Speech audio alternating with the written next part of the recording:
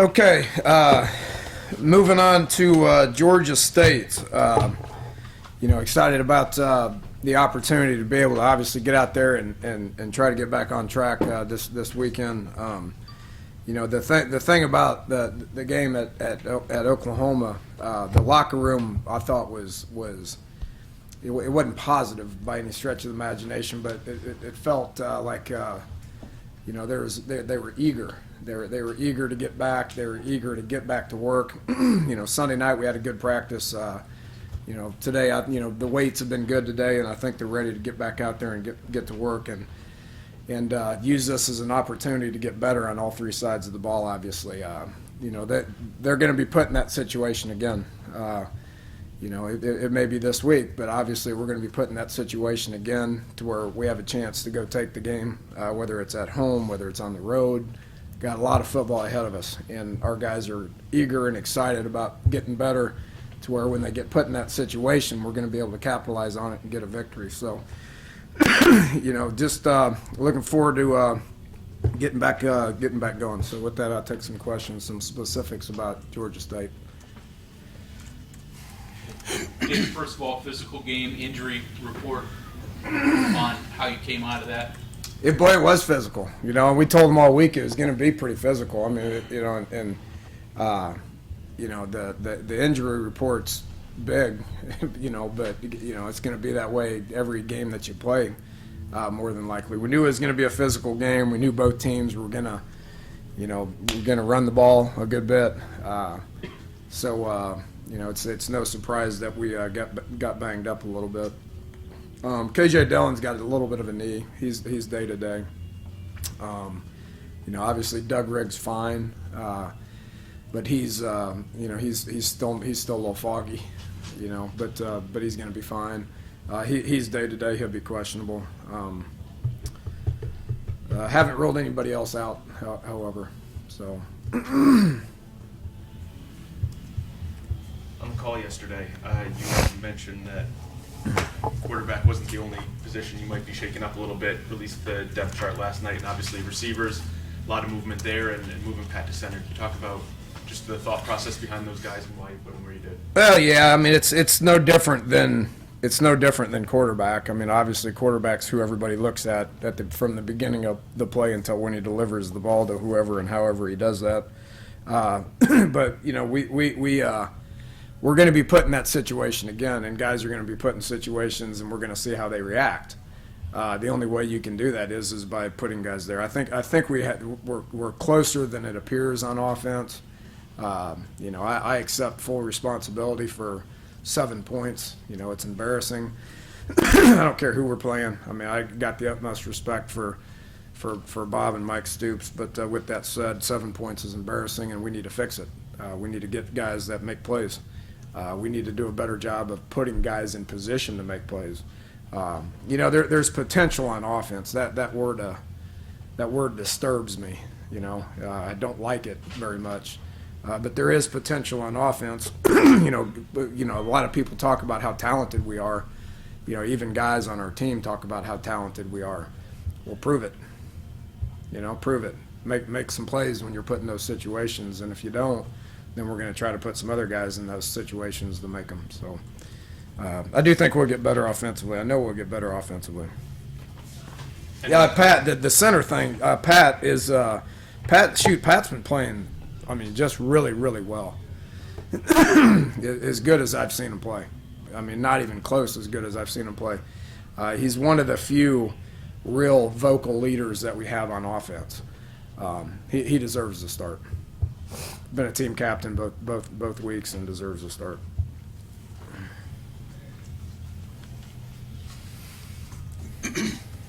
Dana, is it, not to make light of them, is it difficult to find something good to say about Georgia State after watching 2 of their games?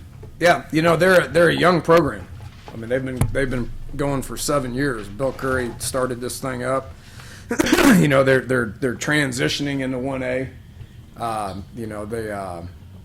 They have a great recruiting base. I don't know anything about their facilities or any of that stuff. Coach Miles is it's his first year. You know, he turned around Indiana State. He was there 4 or 5 years, something like that, and turned them around to where they were a pretty good FCS team. You know, takes the Georgia State job in its 7th year of football, and transitions them to the Sun Belt Conference. You know, the CAA, which is what they were in.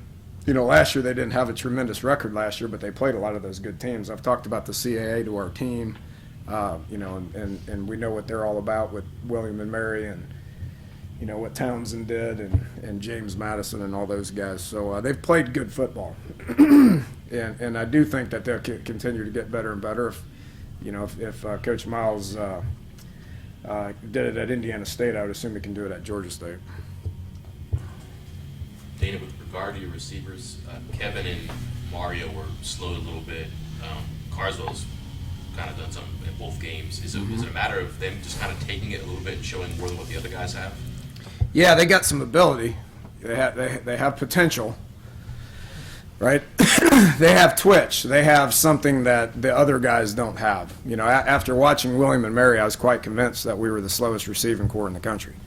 You know, and when we put Ronnie in there, it looked different.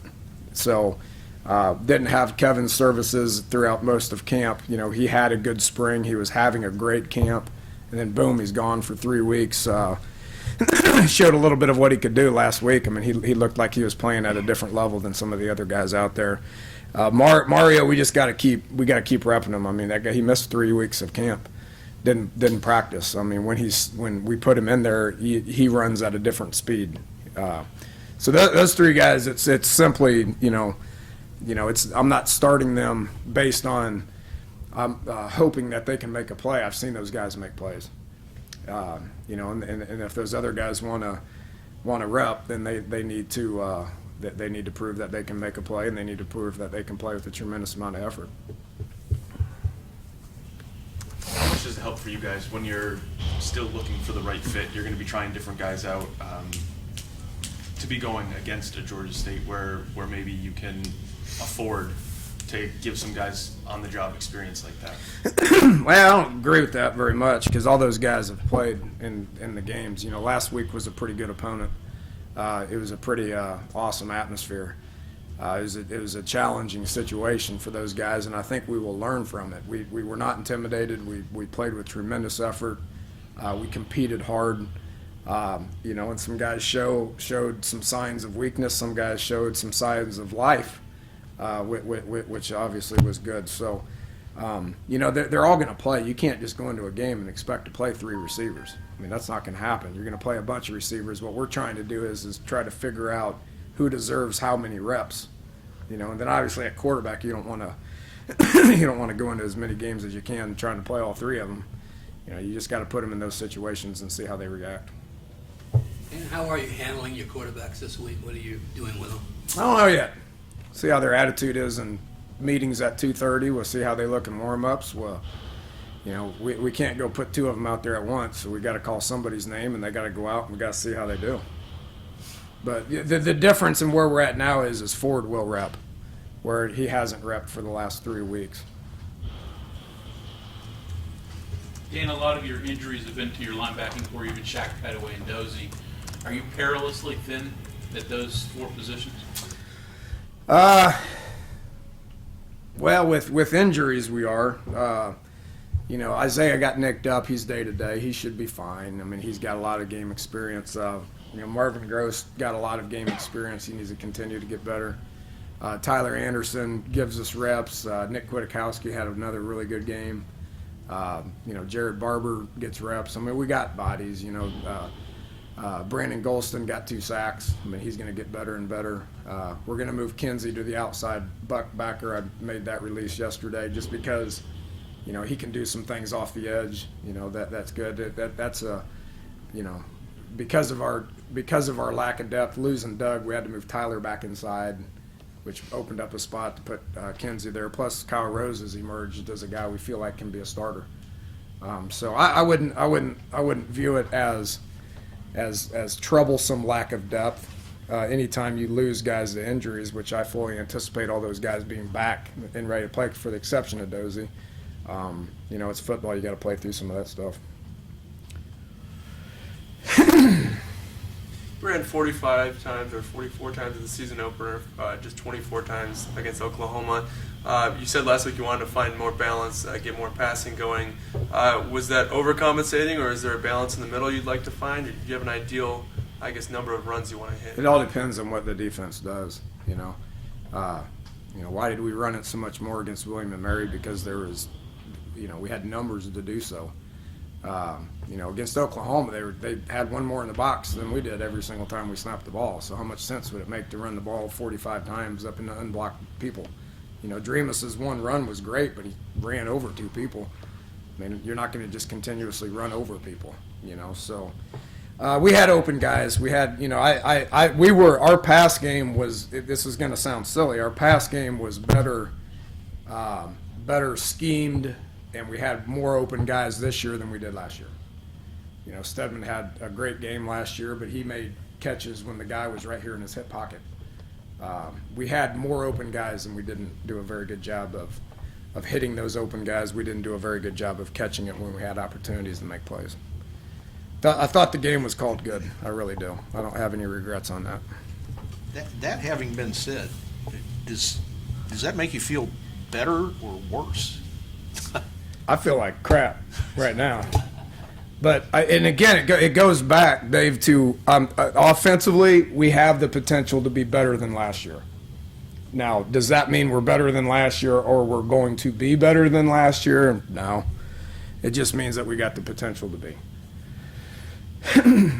Along those lines, what the defense gives you ran a lot of screens, understandably, against them, and then didn't really work, I guess, to where you wanted. What was missing? How far was it? We were close, man. Huh? We were close. Yeah, a couple of them, right? We were close. Well, my opinion on screens, I mean, if you get teams that are like charging, and they charged, they charged upfield, and you got a chance to hit screens on them. We threw the one to Kevin, and he got 10 yards. I mean, the one that Ivan missed, he may have scored. It's just the way it is. I mean, you're one block away, you're a split second away with timing. We ran screens. Wendell got loose on one. Charles almost got loose on one. We were close on a bunch of that. Anything was just the time with the quarterback blockers just not getting there? Was there a common thing? Something different on each one. And that's my response. That's me. That's coaching. It's my responsibility. We got to rep it. We got to continuously try to get guys in those positions to be able to make the plays, but we got to rep it and we got to coach it. Those minor little details that we were missing on each and every one of them, we got to coach it better in order to get it accomplished. Is it fair to say that Dreamiest to get on the field more would have to block better? Yes, 100%.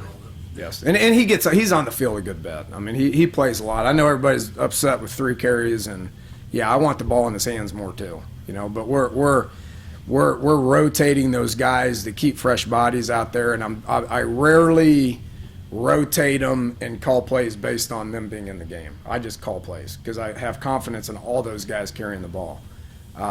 If Jaremus gets out there and he whiffs like he did about 3 times, then he's coming out of the game, and he knows that. And he'll tell you what his grade is when it comes to blocking. The one run was spectacular. I mean, it was awesome. But, you can't turn around and miss a block and get the quarterback hit and have a turnover. So you got to do the little things, and blocking is way more important than running people over. What did Ball do well on Saturday night? Because there had to be something that he did well. Well, his communication was good. For the exception, the fourth quarter was bad. I don't know, just the heat of the game, the pressure of the game, the noise of the crowd, the communication between me and him, whatever it is. It wasn't good in the fourth quarter, but up until that point, it was okay. And his performance was just okay. It wasn't. I can't sit here and tell you that it was an awesome performance and he did everything we asked him to do. I mean, that would be a lie. The continuity between him and the receivers was just not there, and it needed to be there, and it wasn't. How about the play of the offensive line? Good. I'm happy with that. Shouldn't have said that. Should not have said that. I'm going to retract that statement. You're rotating guys a lot more in the past 2 years. O-line? Yeah. Or in general? offensive line. Yes. Like Kindler, Yes. like that too. Yes. That doesn't always work. Yeah, it's because they're so evenly matched, or is it actually Yeah, it's working? I'm happy with it. I like it. Ron's doing a great job at that. You know, we get Kindler in there. He gives, you know, Q a time to take a step back and take a breath and look at it, and then he does the same thing for Fight on the right side, and then you got Pat that can play all three spots on the inside, and it allows one of those guys to come out and take a deep breath and just watch it from the sidelines, which I think is effective. If you can do it, then it's good. You know, it doesn't always work that way, but he's done it so much, and we've done it so much in practice. They're all comfortable with each other. Conversely, though, if you're taking out your backup guard and starting him at center, how does that? Well, Tyler would be fine. There's nothing wrong with Tyler. You know, Tyler's a redshirt freshman. He's a little undersized. The guy he went against, the nose, that dude was a good player now, and he physically got outmanned a little bit. On one of those fumbles, he got lit up pretty good. He's not hurt, but he got lit up pretty good. He'll play. There's no question he'll play. But who then goes to guard? Because Pat. Pat can't move, right? So he'll play center then. Okay. Yeah, he played center in the game some this past week. He did. Right, all three. Yeah, he can. Yeah, he'll do. When Pat has no problem going from center to guard, and then we'll put Tyler back in at center, and I expect that to continue. Dana, speaking of that, you moved Russell Houghton James out to tight end in this game. Is that a long-term plan, or was that just this game? Yeah, you know, I mean, our plan was to run a few tight end sets, and we didn't want to go in with a 2 tight end set and not have a third option. You know, you have Cody Clay, you have Garrett Hope, and then if something would have happened to one of those guys, what's your alternative? So, you know, Russell was a backup guard. He's our 8th lineman. But, you know, he's athletic enough to be able to handle that on the edge, and he did a decent job, and I would expect to see him back out there again. Defensively, how positive was that for you guys, and how much can they take out of that game against Oklahoma? Just played all right. You know, it was still just average. You know, if you look at our board over here, I was in here when Keith was explaining it to him. He said, we met some of these goals right here, but that one on the very end, we didn't meet that goal. You know, so what would it have taken for us to meet that last goal? Well, we would have had to have held them to 6 points. And as crazy as that sounds, I understand it's Oklahoma, and it's you know, they're a great program, great team. But the way I view it and the way I put it to our defensive guys is you know, you guys did a great job. Of your effort was tremendous, and you competed hard. You got 4 turnovers. But you were the second best defense on the field, you know, and I think that resonated throughout them. If you want to be a dominating defense, which we were not a dominating defense on Saturday, if you want to be a dominating defense, then you would have had to have held them to 6 points in order for us to win the game. It's all about winning the game. With that said, yeah, I'm happy with their progress. I've said that since camp. I think we're farther along defensively than at any point since I've been here. You know, and I think Keith's doing a great job at that, and he'll be the first one to tell you that we're far from where we can be defensively.